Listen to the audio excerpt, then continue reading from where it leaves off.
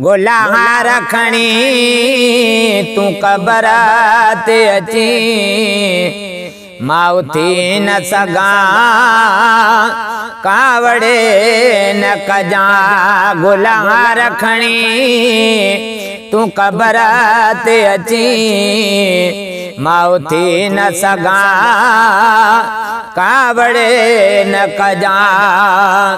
केड़े हाल में आए मुंहिंजा सजना मां पुछी न सघां कावड़े न कजां। गुलाम रखणी तू कबर ते अची मां पुछी न सघां कावड़े न कजां।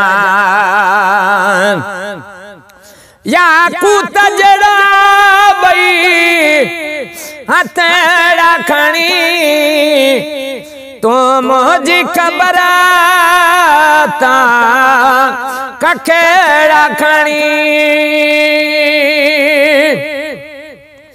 या कूत जड़ा बई हथेड़ा खणी तू मुझी खबर ता कखेड़ा खणी।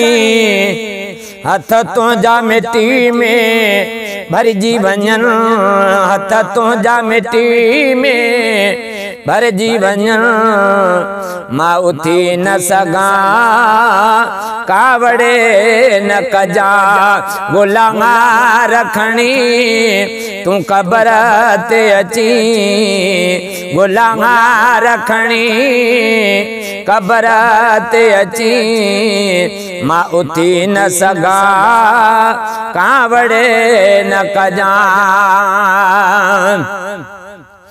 ॾाढो ज़हर ज़माने जो वॾुखियो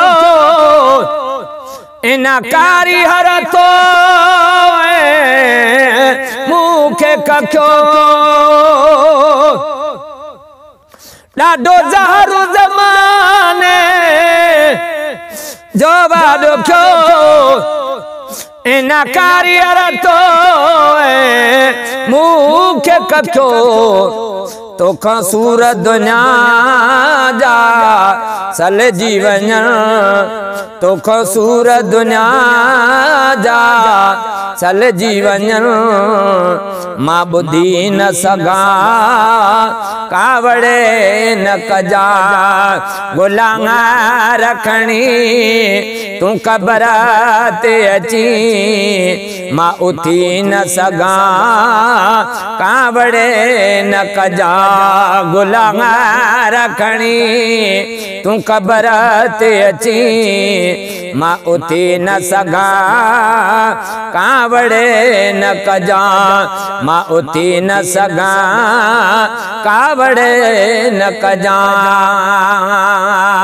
मां उथी न सघां कावड़े न कजां।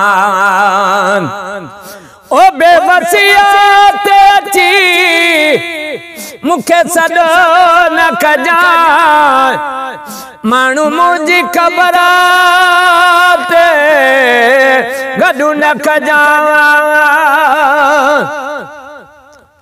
बेवसी ते अची मूंखे सॾो न कजां माण्हू मुंहिंजी ख़बर ते गॾु न कजां। माण्हू मुंहिंजी ख़बर ते गॾु न कजां। तुंहिंजो ना फरमान न थे अज़मी सॾु ॾेई न सघां कावड़े न कजां। गुलाम रखणी तू कबर ते अची मां उथी न सघां कावड़े न कजां। केड़े हाल में आए मुंहिंजा सजणा मां पुछी न सघां कावड़े न कजा मां पुछी न सघां कावड़े न कजा।